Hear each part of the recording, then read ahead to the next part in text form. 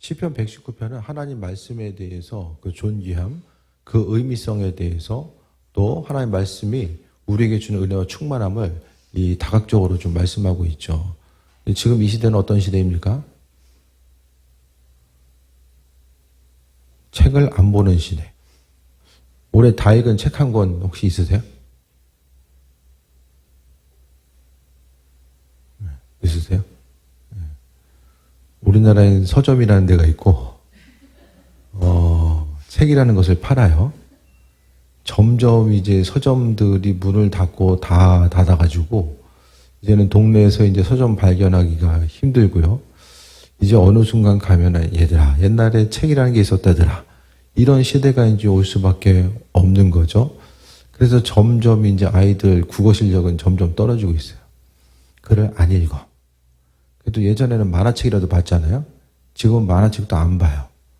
그냥 웹툰으로 보고 넘기지 만화책을 뭐 보는 시대도 또 아닌 것 같아요. 그러니까 책이라는 거 예전에는 보게 되면 그 지하철 타면 이렇게 가판대 이렇게 조그만 신문들 있잖아요. 메트로 같은 이런 신문들 있잖아요. 그런 거라도 보는 분위기가 있었는데 저도 뭐 전철 탄 지가 하도 오래돼가지고 요즘엔 또 뭐 영상을 통해 보게 되면 뭐 지하철에서 책 읽는 사람 좀 있어요. 잘 모르겠지만은 그것도 쉽지 않을 것 같아요. 그러니까 이 시대는 문자로 된 어떤 것에 대해서 읽는 것을 상당히 힘들어하는 시기. 그래서 이제 뭐 대학생들 보게 되면 한글인데 그 가동력이 떨어지는 거예요. 쉽게 이야기하면은 글을 읽으면 무슨 뜻인지를 알아야 되잖아요. 이 무슨 뜻인지를 잘 몰라요. 그러니까 책을 읽어봤어야지만 긴 문장도 이해가 되고요. 또 긴 문장을 접해봐야지만 이제 글도 쓰는데 이 점점점 보게 되면 글이랑 안 친하고 그 글이랑 안 친한 이 시대 가운데서 성경책을 읽으라고 하니까 이게 그냥 반응이 참 썰렁할 수밖에 없는 거죠. 우리도 마찬가지입니다. 우리의 세대도요. 이렇게 다들 보게 되면 우리도 어느 순간부터 그 글자보다는 영상에 익숙해져 있잖아요. 그림으로 보고 영상에 익숙해져 있는 거 그게 이제 어느 순간부터 우리 세대가 돼버렸습니다. 그 유튜브 없을 때는 어떻게 살았나 몰라요, 다들. 예? 핸드폰 없을 때는 어떻게 살고 유튜브 없을 때는 어떻게 살았을까요? 그 유튜브가 이게 전체적으로 이렇게 좀 보편화된 것 자체가 이 코로나 좀 직전 그 시기부터잖아요. 그전에는 그렇게 많이 이렇게 우리나라 가운데 어떤 영향력으로 주진 않았던 것 같은데 점점 더 이제 영상에 익숙해지고 하다 보니까 이제는 뭐 성경을 보는 것도 보는 것보다는 이게 듣는 성경이 훨씬 더 좀 편안하게 다가오는 세대이기도 하고요. 이제 점점 더 영상을 보다 보니까 영상에 익숙해져 있다 보니까 뭐가 나타납니까? 눈이 금방 나빠지죠. 그 이제는 성경을 보고 싶어도 눈이 안 좋아. 한 40대 중반 정도 되면 이제 조금씩 노안이 오기 시작하잖아요. 문자를 좀 계속 보는 것 자체도 그래서 제가 공부 시작할 때가 40대 초반에 책을 열심히 샀잖아요. 그랬더니 그 지도 교수님이 그때 50대 초반 정도 되셨는데 조금 있으면 책 안 살걸? 이제 얘기하는 거예요. 다 그냥 한때 다 이런 식으로 쳐다보시더라고요. 그래서 왜 그러지 했는데 알고 봤더니 노안이 오니까 책을 오래 볼 수가 없는 거예요. 점점 더 이제 시대 자체가 이게 책하고는 점점 멀어지는 이때 그동안 이제 책이 있었기 때문에 인류 문명이 발전이 되고 책을 통해서 인류가 습득했었던 모든 지식들이 이렇게 전달돼 나아가는 이런 과정들이 있었잖아요. 점점 더 익숙하지 않으니까 어떻게 됩니까? 하나님 말씀을 영상으로 보고 영상이 주는 이런 느낌과 감동도 있지만은 그래도 성경은 읽는 것 자체가 그래도 말씀 그대로 읽는 것 자체가 우리에게 더 의미성이 주잖아요. 성경도요, 현대어 성경으로 읽으면 이해는 돼. 근데 은혜가 떨어져. 한번 읽어보세요. 은혜가 잘 안 된다니까요. 그러니까 성경 자체를 오늘 말씀이 우리에게 주신 은혜와 충만함이 있는데 중요한 것은 안 읽어. 그게 문제예요. 좋으면 열심히 읽겠죠. 좋아하는 드라마는 열심히 찾아보잖아요. 누가 시키지 않아도 몸이 알아서 그냥 저절로 찾아가고 다 이제 보는데 말씀 자체도 이게 억지로 볼 수 있는 게 아니라 하나님 말씀이 기쁘고 즐거워야지. 그러니까 성경은요. 하나님에게 관심이 생기면 이 성경 말씀도 보고자 하는 생각이 들어요. 알고자 하는 거. 하나님이 어떤 분인지를 성경을 통해 다 기록하고 있거든요.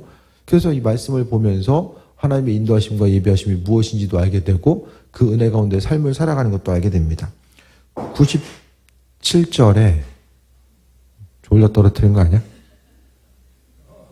좀 조짐이 안 좋은데? 하다가 그냥 핸드폰 딱 떨어뜨리고. 요즘에 앞으로 잘 안 오더라, 요즘에.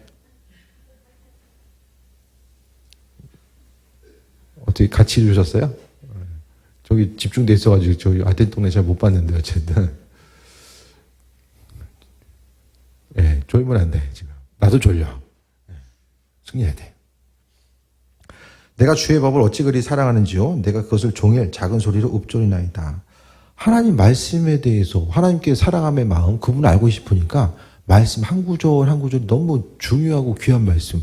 정말 힘들고 어려웠을 때 우리가요, 괜히 다른 곳에서 이제 위로받으려고 하지 마시고 하나님 말씀 가운데 위로와 능력을 가지고 나아가는 것. 그러니까 순간적으로요, 다른 것에서 우리가 기쁨을 줄 수 있는 것. 오늘 이제 청년 예배대에다가 이제 우리 성환이 같은 경우에는 주말에까지 계속 학교 다니고 일하고 하다 보니까 밤새 달릴 수 있는 시간은 토요일밖에 없어요. 그러다 보니까 이제 9시부터 게임을 시작해서 그 다음날 새벽까지 이제 열심히 달리시는 거예요. 그럼 주로 뭐 하냐 했더니 게임만 한대. 근데 게임이 요즘에는 그냥 게임만 하는 게 아니라 그 뭐 대화 기능이라든지 서로 대화를 하면서 게임을 하나 봐요. 그러니까 말을 하면서 게임을 하는 이게 이제 복합적으로 하나의 약간 그들만의 이제 공간처럼 생겨진 거죠. 그래서 야, 그 체력이 되냐 그랬더니 게임만 주로 하는 게 아니라 말을 한대 거기서. 제가 생각하기엔 채팅을 하는 게 아니라 이렇게 마이크가 좀 있어가지고 서로 이제 대화를 하면서 게임을 하는 것 같아. 그거 맞냐?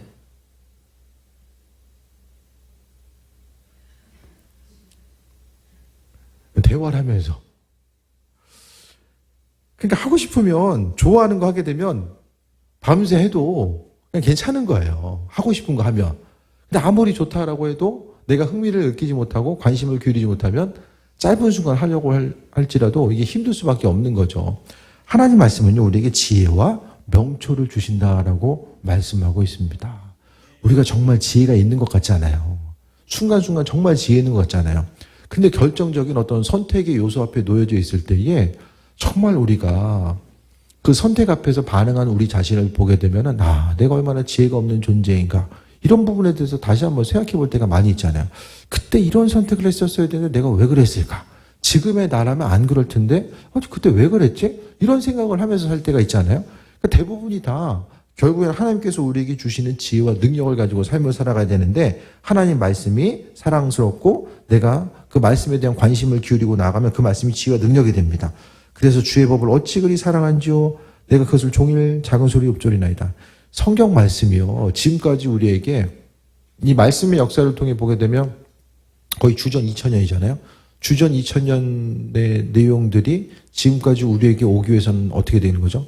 대부분 필사로 왔잖아요.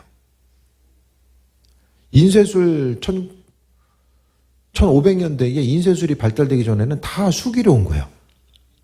그러니까 중간에 점 하나를 잘못 찍거나 뭔가 이제 그 필사자들이 오류가 생기면은 성경 말씀과 의미성 자체가 완전히 달라지는 거예요. 그 성경 보게 되면은 이 히브리어도요, 점 하나를 어디 찍냐에 따라서 의미가 달라지거든요. 원래 히브리어, 그 구약의 히브리어는 원래는 다 이제 자음만 있어요. 자음만 있게 되는데 그 자음 가운데 이제 모음을 이제 나중에 찍게 되거든요. 그러니까 이것을 어떻게 찍고 어떻게 또 붙여 쓰고 띄어 쓰고 조금씩 이제 비슷한 모양으로 생겨가지고요. 잠깐 졸다가 이제 획 하나 잘못 그으면 의미가 달라지는 거예요. 그것을 방지하기 위해서 하나님 말씀, 하나님을 존중히 여겼기 때문에 그분을 사랑하고 신뢰하는 마음을 가지고 정말 죽게 하듯 성경 필사가 이루어진 거예요. 그 성경 내용 가운데서요, 우리가 그 지금 보게 되면 성경 말씀 뭐 잠깐 말씀드리면은, 우리가 지금 가지고 있는 성경은요,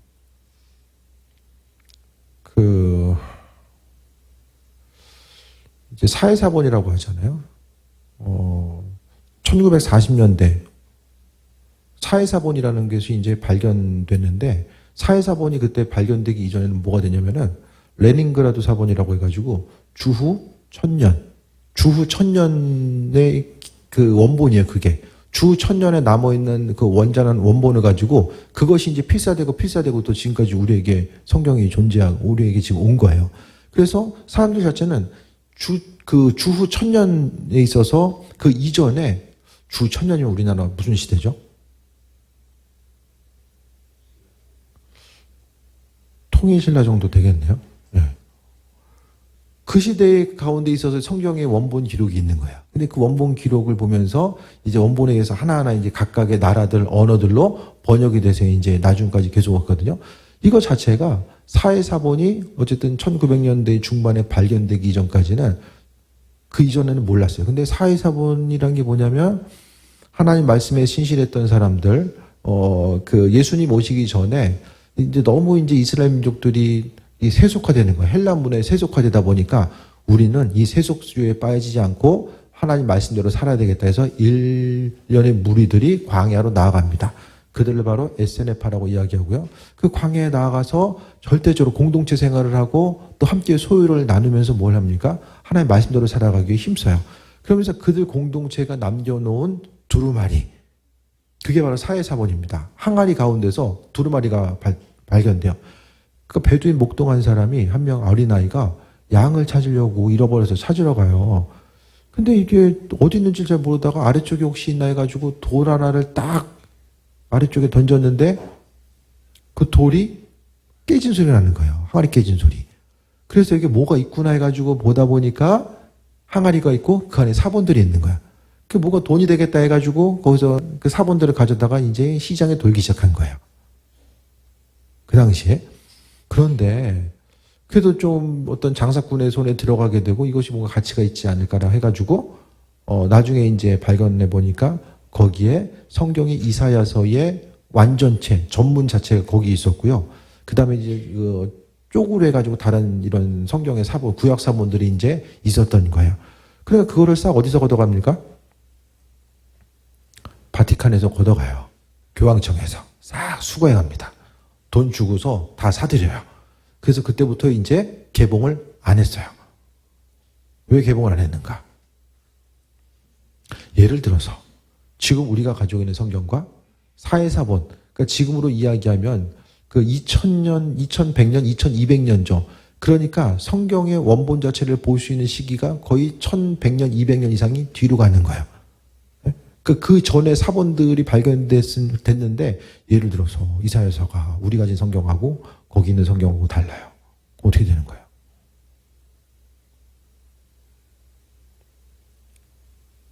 재앙입니다. 재앙. 네? 재앙되는 거예요. 그때부터. 교회 공동체는 신실하신 하나님의 말씀, 하나님의 뜻을 비춰온 그 한 구절도 단어 하나도 버릴 수 없는 신실한 하나님의 약속의 말씀으로 그 말씀을 받아왔는데 이걸 만약에 다르면 어떻게 되는 거예요? 그럼 뭐가 진짜예요?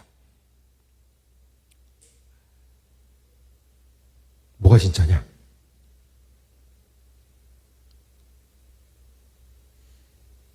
그 나중에 이제 검증 작업을 통해서 이게 동일했어요. 글자 하나, 단어 하나 틀리지 않고 그때 이제 사본으로 발견된 이사야서나 이거나 우리가 가지고 있는 성경이나 동일한 거죠. 나머지 사본들도 마찬가지고. 그러니까 성경에 있어서 사람의 손길이 들어왔기 때문에 좀 오류가 있을 것이다라고 사람들이 생각을 하는 사람도 있었거든요. 그런데 그게 아니었어요.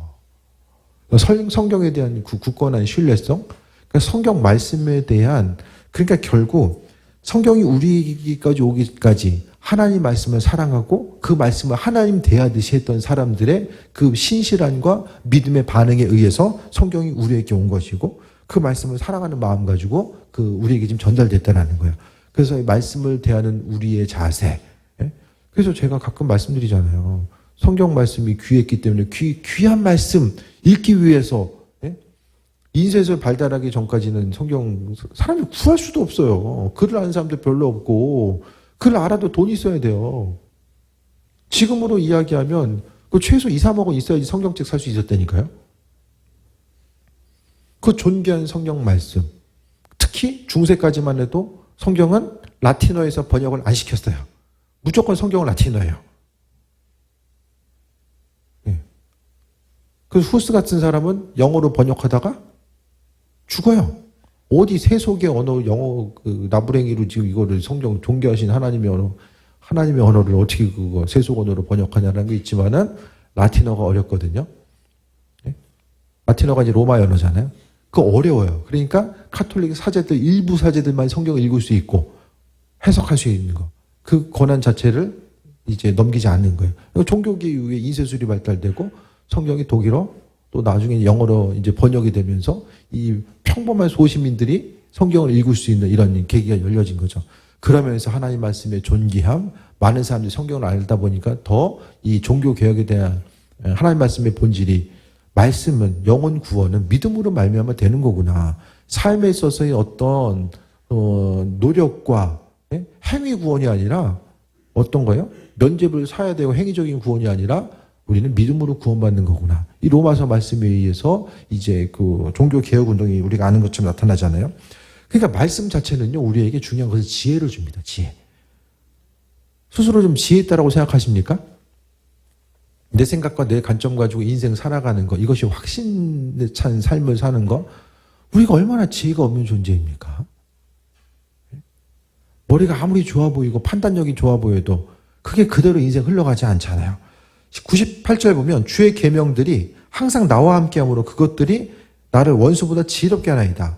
하나님 말씀이 우리에게 지혜를 준대. 우리 지혜 있어야 됩니다. 지혜가 없으면요, 정말 평생을 통해서 읽어놨던 것이 하루아침에 사라질 수밖에 없는 이런 환경들도 나와요. 지혜가 필요한 거예요. 우리에게 있어서 하나님의 주신 지혜들이 분명히 있어져야 됩니다. 네? 그 지혜가 없음으로 인해서 한순간 실수를 통해서 모든 것이 잊어버리게 되는 경우들이 얼마나 많아요. 한 번의 실수로 인해서. 그러니까 우리에게는 정말 무엇보다 하나님의 지혜가 있어야 되고요. 그 지혜를 통해서 누구를 만나든지 무엇을 하든지 간에 하나님 주신 지혜로 말미암아 행동하고 움직이고 반응해야 됨을 이야기합니다. 그래서 하나님 말씀은 우리로 하여금 지혜롭게 한다. 그래서 자녀들에게도 선택을 온전히 해야 되잖아요. 하나님 말씀을 근거로 해서 온전히 선택하고 움직이고 나아가야 됩니다. 무엇을 해야 되는가? 순간적인 선택을 어떻게 해야 되는가? 내가 이 일을 선택할 때도 이 일을 선택해야 되는가? 저 일을 선택해야 되는가? 이런 모든 것들 가운데 지혜들이 있어야 되거든요. 사람이 지혜가 없으면 눈과 귀가 가려져요. 그럼 온전한 선택을 할 수가 없어요. 다른 사람들은 다 맞다고 하는데 나는 아닌 것 같아. 또 다른 사람들이 이거 하면 안 된다고 하는데 나는 해도 될 것 같아. 이게 바로 지혜가 없으면 분별력이 상실되고요. 분별력이 없으면 옆에서 아무리 얘기해도 이게 들리진 않아요. 하나님 말씀의 지혜와 능력에 대해서 우리가 온전히 세상을 분별하고 판단할 수 있는 그 풍성함들이 있어져야 됩니다. 99절에 내가 주의 증거들을 늘 읊조림으로 나의 명철함이 나의 모든 스승보다 나으며, 성경 말씀을 가까이 했더니요, 그 명철함이 스승보다 낫다. 우리에게 있어서 지혜로운 거. 여러분 자녀들이 또 우리의 삶이 지혜롭길 바라지 않으세요? 그 세상 공부 많이 한다고 지혜가 생기는 게 아니잖아요. 공부 더 많이 한다고 생각하는 세상적인 지식이죠, 지식. 하나님 허락하신 온전한 지혜들이 분명하게 있어줘야 됩니다. 그래서 세상을 분별하고 그 은혜 가운데 충만한 삶을 살아갈 수 있는 그런 부분들, 그 지혜로서 하나님의 예비하심이 분명하게 존재하는 거예요. 그래서 이 지혜와 지식이 있어야지만이, 하나님 주신 명철함이 있어야지만이 주님께서 은혜 허락하실 때에 어떤 환경을 주어졌을 때에 우리가 분별할 수 있는 그 은혜와 충만함을 허락하시고요. 또 때로는 말씀 가운데 가장 정확한 거는 말씀이에요. 성경 말씀을 통해서 우리를 하고 깨달아 알게 하시는 것. 그 꿈을 통해서 하나님께서 이 주시는 것들. 이런 부분에 대해서도 이제 점검해 봐야 됩니다. 그래서 무엇을 하든지 간에 하나님 그런 말씀을 통해서 우리에게 은혜를 하시는데 명철함이 모든 스승보다 낫고, 그러니까 98절에 원수보다 지혜롭게 하고 또 모든 스승보다 명철하게 한다라는 거, 주님의 지혜입니다. 그래서 솔로몬이 듣는 마음, 하나님이 허락하신 지혜를 구했잖아요. 우리가 시간을 어떻게 사용해야 되고 내 육신을 어떻게 사용하고 물질을 어떻게 사용해야 되는지 정말 주님 주신 지혜가 있어야 됩니다. 그 지혜를 가지고 선택하고 움직이고 반응해야 되는데 그 지혜가 없으면요, 당장은 뭐 별 차이가 없는 것처럼 느껴져요. 근데 시간이 가면 갈수록 그 순간의 차이가 엄청난 차이를 만들 수밖에 없다는 것을 이야기합니다. 100절 보면 주의 법도들을 지킴으로 나의 명철함이 노인보다 나으니. 이 당시에 가장 지혜로운 사람은 어떤 사람이에요? 노인이에요, 노인. 오래 산 사람. 그러니까 연장자가 권위가 있었어요. 요즘에는 애들이 어른을 몰라봐. 내가 더 많이 하는 것 같아. 지식의 독점적인 것이 이제 깨지잖아요. 예전에 농경사회 가운데서는 농사 더 제일 많이 지은 사람이 가장 지식이 있는 거예요. 많이 산 사람이 많은 계절과 많은 환경을 겪어봤기 때문에 할 말이 있었고 그만큼 대우받을 수 있는 시기였던 거죠. 이 당시에는 그렇게 마찬가지인 거예요. 노인보다 낫다라는 것은 노인분이 뭐 많이 아나? 이게 아닌 거예요. 삶의 지혜와 지식은 다 가정에서 이렇게 먼저 전수돼 나가는 것들이 있었죠. 101절 내가 주의 말씀을 지키려고 발을 금하며 모든 악한 길로 가지 아니하였으며 지혜가 있으니까 지식과 명철이 있으니까 해야 될 것과 하지 말아야 될 것들이 분별이 되는 거예요. 여기 내가 가도 되겠구나 가면 안 되겠구나 저 사람 만나도 되겠구나 안 되겠구나 이거 하나님 원하시는 거구나 하나님 원치 않는 게구나 이것에 대한 분별이 생깁니다. 옳고 그름을 생각하고 판단할 때 내가 판단하는 것이 아니라 우리 종이잖아요 종. 예? 종이면은 종의 포지션으로 살아야죠. 그렇지 않아요? 종이 주인처럼 살면은 내가 주인이잖아요. 그러니까 모든 일 하든지 간에 내가 주인으로서 삶을 살아가서는 안 됩니다. 아버지께서 주인 되시는 삶을 살아가고 그분의 선하신 뜻과 인도하심에 대해서 바라보는 거죠. 모든 상황 속에서 하나님이 주인 되심에 대해서 삶을 살아가는 거. 그러니까 지혜가 있는 사람은 내가 지금 종이구나. 종이 주인인 척 하다가는 어려워지거든요.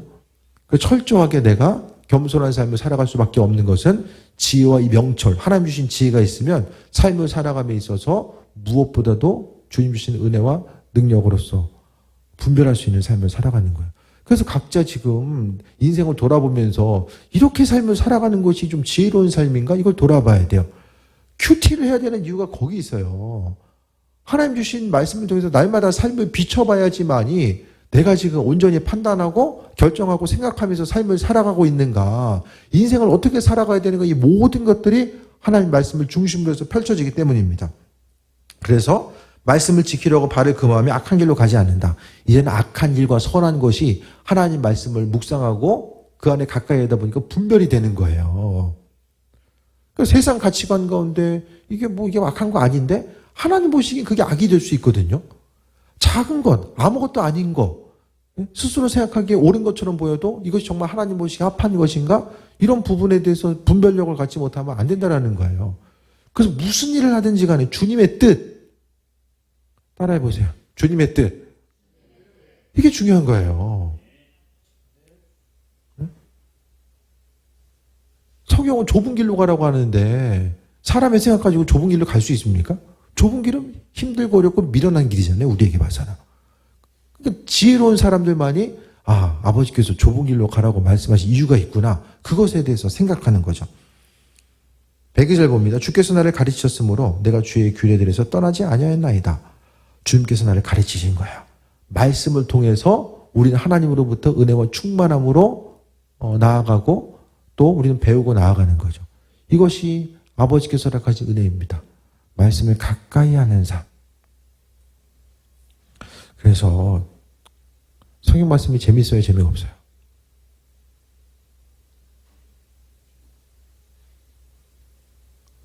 읽어봐야지 뭐 재미있는지 재미없는지 알지.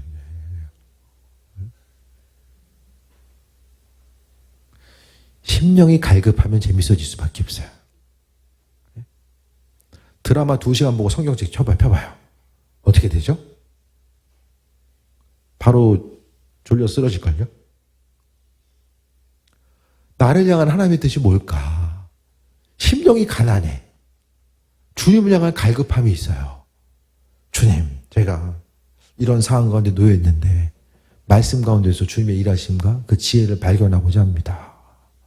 내가 정말 지혜가 없어서 날마다 실수하고 판단하고 생각하는 데 있어서 주님, 내가 지혜가 부족합니다.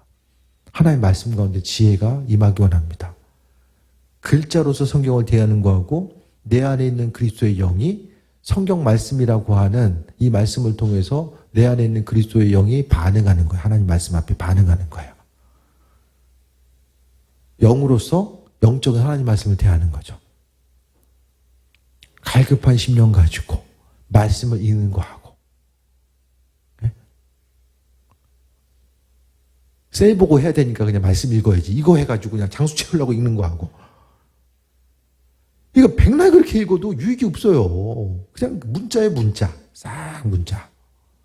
아니, 소중한 시간을 우리가 보냄에 있어서 문자로 보내면 안 되잖아요. 그 안에서 내 갈급한 심령, 하나님의 말씀에 대한 갈급함, 이 말씀이 존귀함에 대해서 기억하고 그 말씀을 대하는, 그러니까 하나님 사랑하는 사람, 하나님을 더욱더 깊이 묵상하고 알고자 하는 사람은요, 이 말씀을 통해서 하나님의 이끄심과 인도하심이 무엇인지를 깨달아 알고자 하고 그 안에서 은혜를 경험해요. 103절 주의 말씀의 맛이 내게 어찌 그리 단지요. 내 입에 꿀보다 더 다니다. 이 당시에 꿀보다 더 단 건 없어요. 가장 맛있고 단 것이 단맛을 내는 건 꿀이거든요. 그래서 주의 말씀의 맛이 어찌 그리 단지요. 아, 말씀이 정말 달구나. 네?